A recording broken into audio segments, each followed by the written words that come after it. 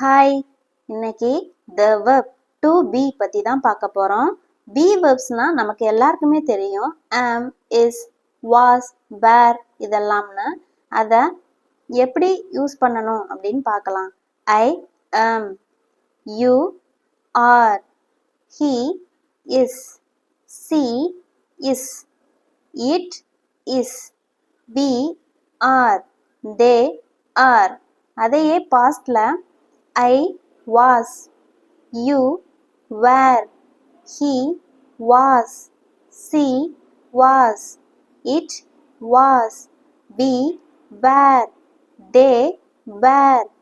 ஃபியூச்சர்ல I will be, you will be, he will be, she will be, it will be, we will be, they will be.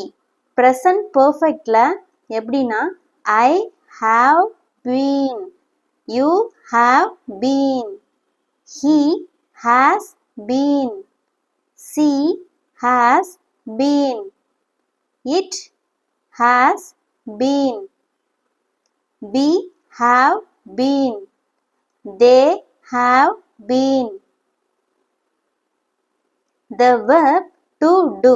Do verbs எப்படின்னா I do, you do, he does, she does, it does, we do, they do. பாஸ்ட்ல I did, you did, he did, she did, it did, we did, they did. ஃபியூச்சர்ல I will do, you will do, he will do, she will do, it will do, we will do, they will do.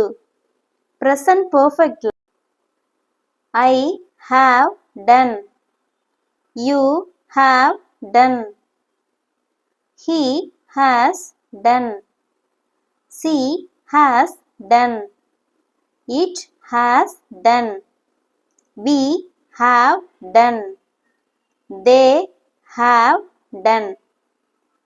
இப்போ இந்த video உங்களுக்கு ரொம்பவே உபயோகமா இருந்திருக்கும்.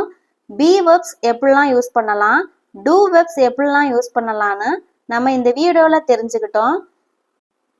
be verbsல third person singular வந்தா எப்படி use பண்ணலாம், do verbsல third person singular வந்தா எப்படி யூஸ் பண்ணலாம் அப்படின்னு இந்த வீடியோல டீட்டெயிலா இருக்கு, தெரிஞ்சுக்குங்க. இந்த வீடியோ பிடிச்சிருந்தா லைக் பண்ணுங்க. தேங்க்யூ.